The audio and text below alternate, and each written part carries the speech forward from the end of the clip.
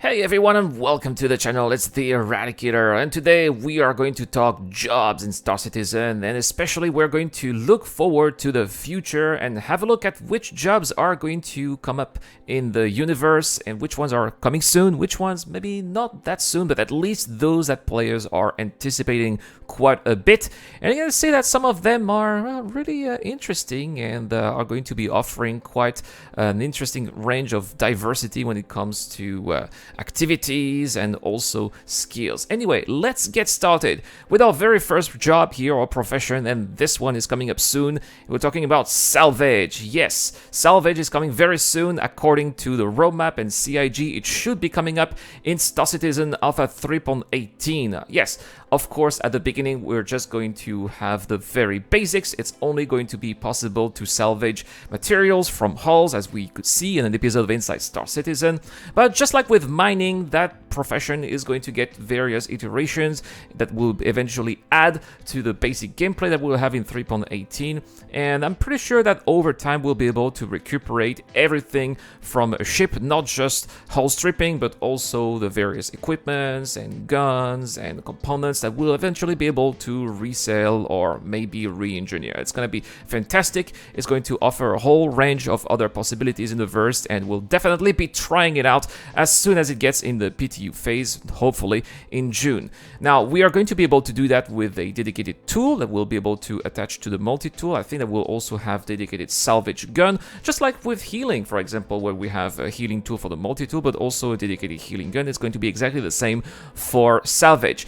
And on top of that, it's not just going to be hand salvage, but of course ship salvage as well. And that's why in 3.18, the long-awaited Drake Vulture is going to come up. And over time, the Reclaimer will also be able to finally serve its purpose. And there's a lot of Reclaimers out there who cannot wait to finally use their ship the way it was intended to. Number 4, Transporter. Now, we talked about that in the previous video, where AI planetary navigation is going to allow developers to integrate in the game a whole range of features that until now were basically blocked or locked behind technical limitations of the game. And one of these new features is going to be NPC taxi mission, in which we are going to be able to carry NPCs from one point to another, just like Tony Zorovec told us in the last CitizenCon back in October last year. And so in those missions, NPCs will eventually appear via a spawn locker, and players are going to have to find them. Then once they do, the NPCs will follow the player all the way to their ship, where they will take a seat and wait until they arrive to their destination. Players will eventually have a given time to get to wherever they have to go, and will be paid once they arrive at destination, with maybe a bonus if the ride was smooth or quick. Now, once this NPC will leave the ship, it will go to a spawn locker and will despawn from there. Now, of course, it would be possible to kidnap the NPCs, but we can imagine that that is going to have a negative impact on our reputation and perhaps send us straight to Glacier if we get caught. However, this should be quite funny to do, and as soon as it gets into the PTU, we will definitely be trying it out on the channel. Number 3, Explorer. Now, right now, if we're being totally honest, there is no financial reason to explore in Star Citizen. And of course, there are plenty of players who do enjoy exploring all the tiniest, small, most remote beats of Stanton, but as of right now, there are no functionalities, no gameplay linked to this activity, which is very popular across the community. There's no doubt about that. Now, if you feel like being an explorer, now rest assured that, of course, there are ships entirely dedicated to the task, like the Terrapin, the Constellation Aquila, or the Karak. And in the future, it will be possible to map new areas that players will find and then eventually sell those data, which could be exploited in the future by other professions like miners, for example. These explorers will also be able to find new jump points that are not registered, and these jump points are going to be used by smugglers or other players who may want to move from one system to another in the most discreet fashion possible. Now, you may have understood, therefore, that exploration will be an essential part of Star Citizen in the future, and we should hope that access to the power system in the future will be the sparkle that will trigger the demand for the creation of such mechanisms. jobs. We should therefore hope to have some news about exploration very soon, because as time passes by, the need for the profession will also become more and more urgent. Number 2, data runner. How to move information from one system to another while waves only move at the speed of light. How to acquire precious geological or industrial data without having to work for them. These are going to be the jobs that data runners are going to be able to take in the future. Now, these are going to be basically the heralds of the future, or perhaps spies capable of encrypting sensible information that otherwise no one would get. And there are currently 2 ships capable of doing such tasks, and these are the Herald from Drake and the Mercury Star Runner from Crusader Industries. We could also imagine a release in 2 stages for the profession. One of them which should be easy to integrate, and the other which is going to unfortunately require a lot of work from Cloud Imperial Games. We could imagine a Herald or Mercury Star Runner going to a com array, download local data to then sell them in other systems via a local com array. Or maybe they would sell them to a specialized NPC in a LoLa system like Pyro.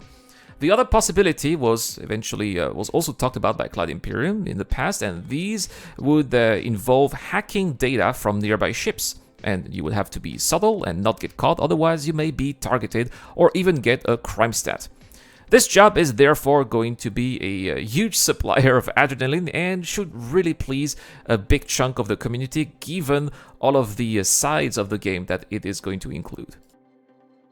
Number 1, farmer. Yes, we kept the best for the end, especially given the popularity of the profession within the whole video gaming industry in general. And of course, it will be possible in the future to own your own farm in Star Citizen. Now, right now, there are farms around the standard system, which are scattered around the universe, and you can find some of those on Daymar, Selene, but also Utopia. And these are hydroponic farms which produce food, processed food, or distilled spirit, which is alcohol. And in the future, we could also imagine that players will also be able to own such installations once the Pioneer from Consolidated Outland will be ready, along with its base installation system. The reason why a lot of players in the community do want to have their own production facility is that such systems are going to offer gameplay that are going to include the whole range of possibilities that Star Citizen has to offer. There's going to be supplying, shipping, security. There's really going to be for all kinds of taste, and it's also going to give orcs a reason for actually existing in the game, and that is going to be quite significant for a lot of people in Star Citizen. So there we go, guys. 5 jobs, 5 professions that in the future are going to spice up our days or nights in Chris Roberts' universe. And, well, we're not going to lie here. We cannot wait to be trying them out. And the best of all is that for some of those, well, these are coming pretty soon. So we'll definitely be trying them out on the channel as soon as they'll be available in the PTU.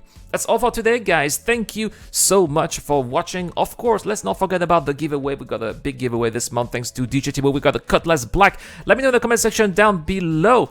Which of those jobs are you looking forward to the most? Is there anything that I forgot or that I should have talked about too? Let me know as well in the comment section down below. Answer the question, subscribe in public settings, and you can get a chance to win that Cutlass Black. Also, a big shout out to all of my Patreon and YouTube John members. You guys are absolutely awesome, and you are making this quality content possible. To thank you guys, I'm making every week exclusive videos, and you have access to my Discord channel where, thanks to Dr. Fobin, we have a Fortnite eye with a Fortunate Paint. I will see you guys tomorrow for more content on the channel. Thank you so much to Dr. Fobin, the DJ Dunn, Eric Own, Captain Snake, and Geek Citizen. It's the Eradicator. I will see you guys later.